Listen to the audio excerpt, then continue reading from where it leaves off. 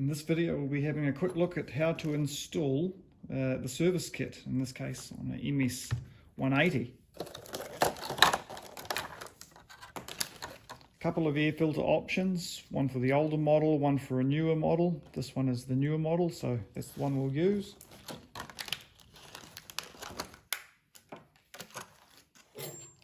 Then the spark plug and fuel filter. We're going to use the normal bar spanner,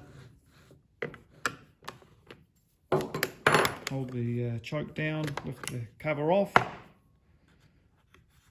There we have the air filter, so the new replacement.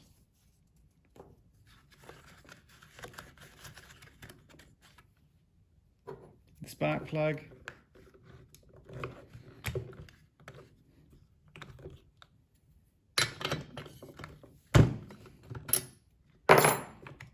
Take the old plug out.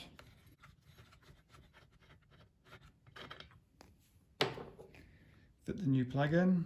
Have just an inspection to make sure the gap is looking good. It's not been closed up from being dropped or banged. In this case it looks good. Fit the new plug in. Do it up, nice and firm, not too tight.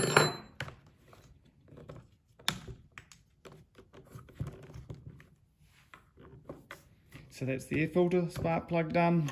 Now the fuel filter.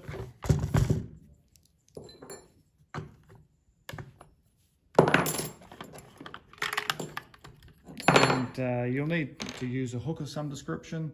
Of course you can get your own bit of wire and bend your own little hook up if need be. Then you can hook the fuel filter with the hose up out of the tank.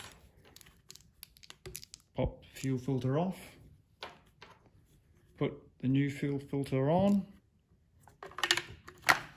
Make sure the hose and filter are hanging down freely in the tank.